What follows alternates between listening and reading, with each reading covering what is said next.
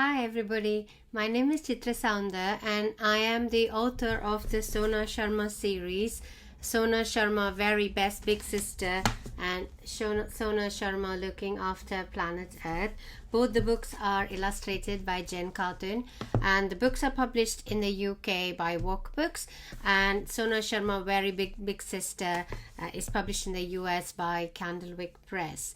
And this is 5 questions with Chitra Soundar, and in the first series of these questions I wanted to talk to you about Sona.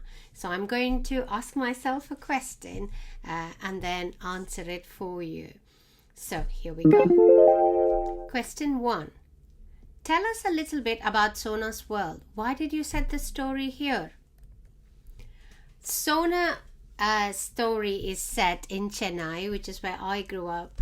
I was born there. I lived there until I was an adult, and then I moved out of the country. And I wanted to set this story in Chennai, in a community like mine, where everybody knew everybody on the streets, and our parents were all friends, and we had a lovely neighborhood, and I lived in a joint family, which meant we had parents and grandparents and aunts and uncles in the same house. And I wanted Sona to have that experience, but set in today's world. So Sona is a little girl with living in a joint family with her parents and her grandparents, and in a house where there's a lot of garden, there's a mango tree, and her mom, her dad, and her grandparents are all there. I also wanted to definitely include a rickshaw driver, and when I was growing up I used to go to school in a cycle rickshaw. Nowadays children in India sometimes some of the children get dropped in school in an auto rickshaw, and I wanted a lady auto rickshaw driver who's also Sona's mum's best friend. So kind of brought all of those things together in creating Sona's world. And it's been lovely thinking about how I grew up and what we used to do and what was special about every little thing that we did. So all of those details are in the stories. Question 2. Who are Sona's favorite people? Now, Sona's favorite people are, of course, her Tata, who is her grandfather, her Party, who is her grandmother, and her other grandmother, her mum's mum, everybody calls the president, because she was a president of a college, and so everybody just got used to calling her the president. And it was also very helpful for me then to differentiate the two grandmothers and not add too many new ways of referring to people. And I love calling somebody by a title, which made it funny in many cases. And also her mum, she calls Amma, and her dad, she calls Appa, and her auto rickshaw driver is Mullai. Her teacher is Miss Rao, who's also very lovely and is very supportive and at times lays down the law, but basically very gentle and lovely person. And Sona has 2 really good friends, Joy and Renu, and they go with her in the auto rickshaw to school and come back with her.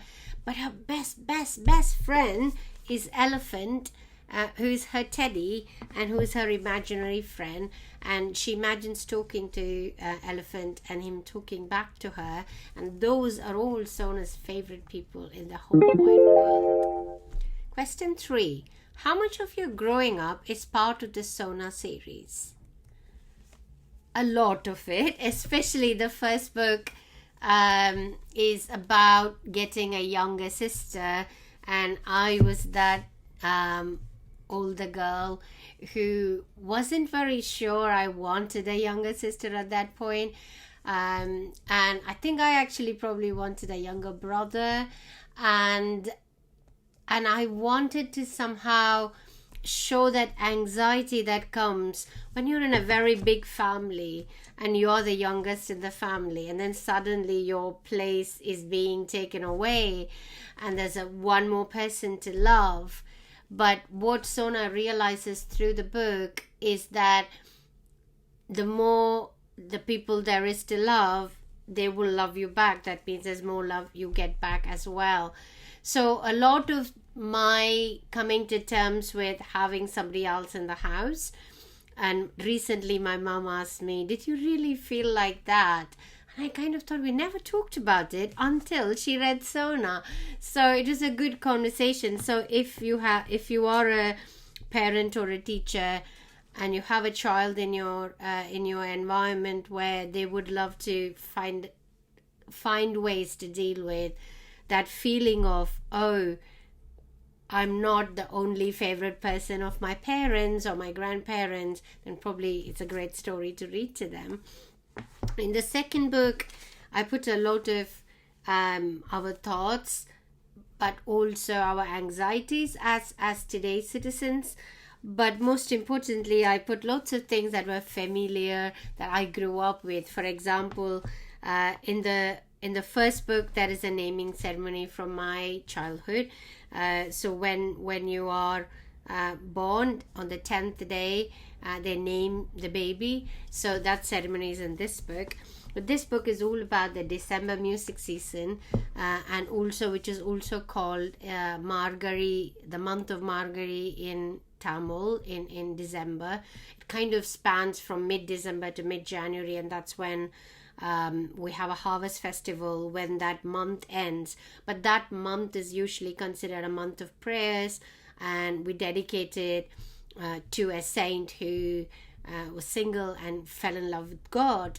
So there's a lot of people who do this street art called kolam during that festival. So leaving out the religious aspects of it, I wanted to celebrate the art of kolam in the book, but also use that to bring about conversations about how we have taken old customs that had really amazing earthly qualities to it, like making a kolam with rice flour or stone flour was very good for ants and bees and insects, but adding colored powders or glitter to it causes harm to the environment.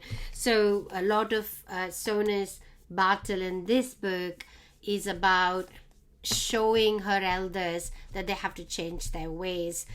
So a lot of what I do in my everyday life, but also a lot of my growing up in India and the festivals we celebrated and the celebrations, the rituals we had, are all in both of these books.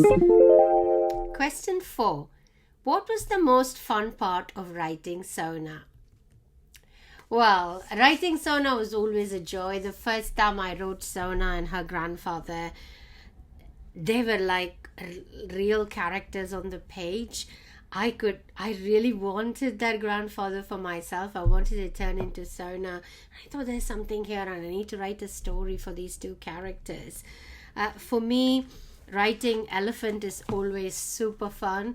Elephant is a bit cheeky. He has these funny turn of phrases.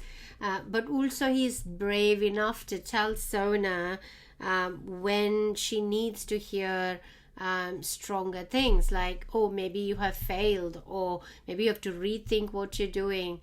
And yes, I understand Elephant is an imaginary friend and he's not actually telling her, Sona is telling herself. But in my head, Elephant is a character by itself, and writing Elephant was super fun. I also created lots of proverbs for the grandmother, which is actually like borrowing a little bit from my dad and a little bit from his mom, my grandmother, who used to have a proverb for everything and a story behind every proverb. But I wanted to create original proverbs. So in both the books, Sona's grandmother says something really important, but in a very funny way, or like a proverb in a single sentence that you can remember, like a catchphrase. And I really loved writing those. So they're gently humorous and funny. They're not ha ha ha laughing, but all of the characters are quite funny in the way they deal with the problems, or how they teach Sona to deal with things as well. Okay, last question. How are the readers responding to Sona? I'm blown away by the number of people who have reached out on social media, and teachers and parents who have reached out to say how much they love Sona. And I couldn't believe that some of the major reviewers in the UK and the US understood the characters, and a lot of the reference, the praise has come for the amazing characters who are very three-dimensional, who are popping off the page.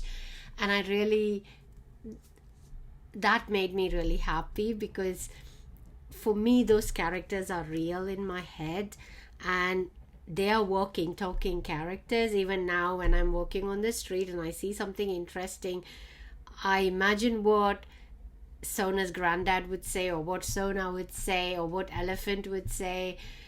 So for me, getting all the people's reactions and children drawing, and a lot of children have told me they love Elephant. So I'm so happy that Elephant kind of became very popular, and a couple of kids came to me once in a session I did. They said, "Oh, Elephant is so funny," and I'm like, "Oh, good, thank you got it," because I wanted to make Elephant a little bit funny and cheeky. So that came about. So I'm quite happy that people have been reading Sona, and it's reaching so many children and parents and teachers and librarians. So if you have not read the books, do pick up a copy. The first book is available both in the UK and the US. Sona Sharma, Looking After Planet Earth, is currently available in the UK. And do write to me and tell me how much you love reading Sona, and which character you liked a lot, and if you agree with what I've said so far. Thank you very much for listening. I wanted to share my joy of Sona with all of you.